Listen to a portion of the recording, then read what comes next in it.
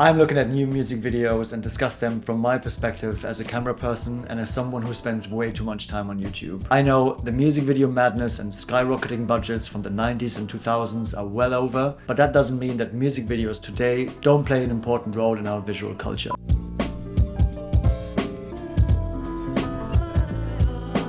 For this week's music video roundup, we're looking at two videos that don't give you really any time to breathe. Both videos create intense energy through the edit, specifically by the way they treat the footage. For our usual side notes at the end, I have a special perk for you. I don't think I've seen any other video that was that much fun to watch. Let's get into it. JPEGMAFIA's Don't Rely on Other Men is directed by Logan Fields, who seems to be a long-time collaborator of JPEGMAFIA's. For example, he's also directed Scaring the Host featuring Danny Brown, which has such a funny opening. JPEGMAFIA has been on a weird trajectory last year, posting pics with Kanye West at his peak spiral, where the latter was wearing a Nazi black metal shirt. When JPEGMAFIA was asked why he met up with Kanye West at that time, he said that there wasn't anything political about it, he's just been a long-time fan. I'm not here to gossip around, but I mean, come on, there's nothing unpolitical about wearing a Nazi shirt. Anyway, JPEG is back with an unbelievable music video. We're flying through hundreds of clips featuring archive material, custom titles, Game Boy style animation, VFX overlays that resemble a grunge streaming commentary, and on top of everything else, a Fight Club-esque narrative. Ultimately, the video finishes off with a really sick guitar solo and bikers doing bike stuff.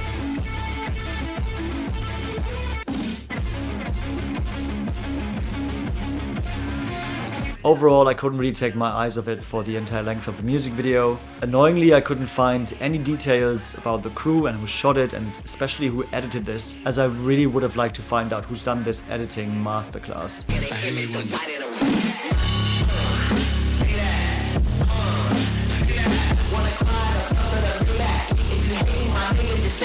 JPEG's music with heavy drums, breaks and glitches is probably most editors' dream, if a fast-paced experimental style is their style. And to be fair, I always was a little bit underwhelmed with JPEGMAFIA's music videos, apart from Scaring the Host featuring Danny Brown, mentioned before, Stop Scaring Hoes, and 1539 and Calvert,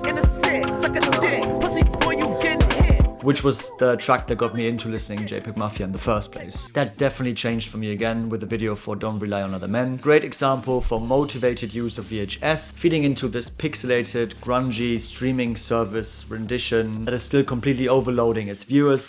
Get on my pop shit, I don't want to start shit, these rappers is regular food. I love the heavily digitally distorted footage and the way it completely overloads you, despite its two-tone Game Boy style color scheme.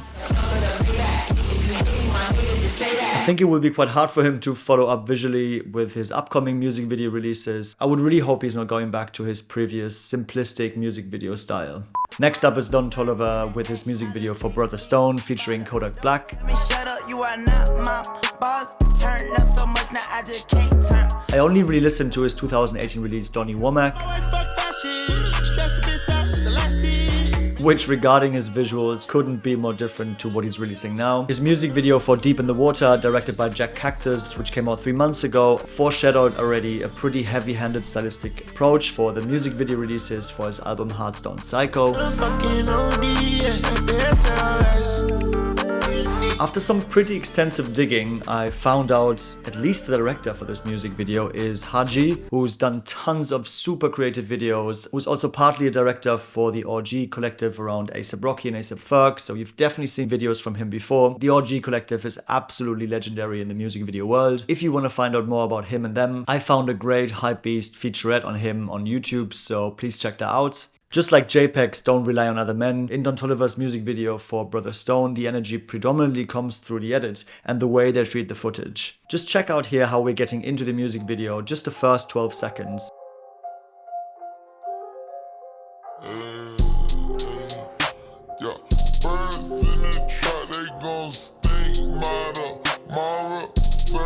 We then have kind of a visual rewind like we sometimes see on DJ sets when the track really slaps.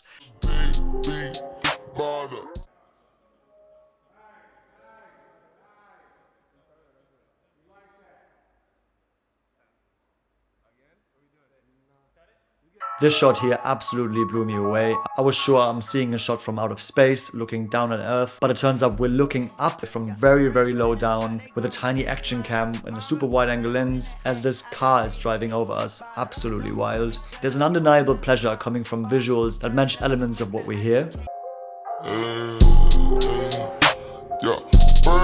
The beauty of music videos is that you can create worlds that don't really have any logical continuity. In big narrative films and shows, traditionally you have to adhere to some kind of logic and continuity, otherwise you would be thrown out of the illusion and suddenly find yourself questioning because something just doesn't add up. A couple shots later, the mini action camera is rigged to the spinner part of the wheel. Super fresh angle and also really funny because you can see the camera person here in the background. Also check out this little extra gem at the very end of the music video where the little action cam is pulled back through the rims of 3 motorbikes. For a recent job for Diesel and Crack magazine I was working on, we had to mount a little action cam to different people and also to bikes. Luckily the DP Brandon Kwon was flying in from the UK, so we could go to Feral Grips in London before. They do amazing custom rigging solutions. They do an amazing arm rig and they have a C-mount modified Sony RX02 where you can slap these lovely vintage Angenieux lenses on, and their rigging solutions made what is usually an absolute nightmare a super easy, straightforward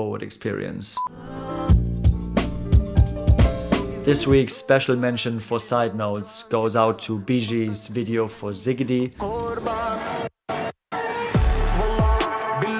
It's absolutely loaded with super interesting shots. It's directed by Maceo Frost, who is actually part of BIJI, I believe. This video, also according to himself, was only possible because there were absolutely no clients on set. Therefore, they didn't have to do any feedback loops and Maceo could really go for his vision. Him and the DP Lionel Turner are really good friends also. The video's pitch must have sounded absolutely insane to anyone, just because it features so many different shooting scenarios, location and very specialist shots. Right off the bat, the first shot is extremely intriguing because you just want to know what happened before.